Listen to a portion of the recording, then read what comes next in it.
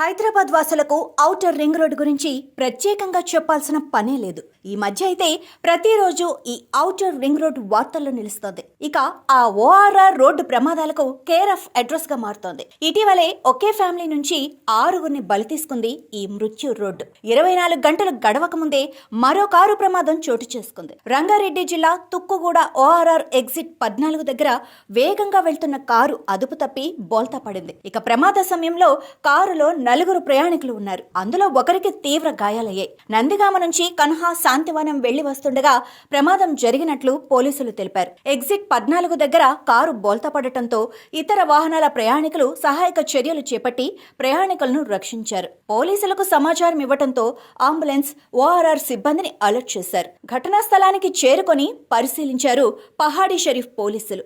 Ambulance, ORR సిబ్బంది గాయపడిన వారికి ప్రథమ చికిత్స అందించి ఆసుపత్రికి తరలించారు. ఇక ఈ ఘటనపై కేసు నమోదు చేసిన పోలీసులు దర్యాప్తు ప్రారంభించారు. ప్రమాదానికి వేగమే కారణమా లేక టైర్ స్థితి బలహీనంగా ఉందా అన్న కోణంలో విచారణ జరుగుతోంది. ఇక ఇటీవలే హైదరాబాద్ శివార్లలో ఘోర ప్రమాదం చోటు చేసుకుంది. ఓఆర్ఆర్ ఎగ్జిట్ 16 వద్ద ఆగి ఉన్న లారీని కారు ఢీకొట్టింది. ఈ ఘటనలో 6గురు దుర్మరణం పాలయ్యారు. ఈ ప్రమాదంలో చిన్నారులు, మహిళలు సహా మొత్తం 6గురు ప్రాణాలు కోల్పోయారు. ఆగి ఉన్న లారీని ఢీకొట్టడంతో ఈ ప్రమాదం జరిగినట్లు తెలుస్తోంది. కారులో 7గురు వ్యక్తులు ఉండగా అందులో మిగిలిన ఒక్క వ్యక్తి పరిస్థితి విషమంగా ఉన్నట్లు తెలుస్తోంది. ఇక కారులో ఇరుక్కుపోయిన మృతదేహాలను అతి కష్టం మీద బయటకు తీశారు. అక్కడ ప్రమాద దృశ్యాలు అతి భయానకంగా ఉన్నాయి. ఈ ప్రమాదంలో మృతి చెందిన వారంతా ఒకే కుటుంబానికి చెందినవారుగా గుర్తించారు. సిరిసిల్ల నుంచి యాదగిరిగుట్ట శ్రీ లక్ష్మీ నరసింహస్వామిని దర్శించుకున్న అనంతరం వారు తిరుగు ప్రయాణమయ్యారు. ఈ క్రమంలో ఘోర రోడ్డు ప్రమాదానికి గురై దుర్మరణం చెందారు.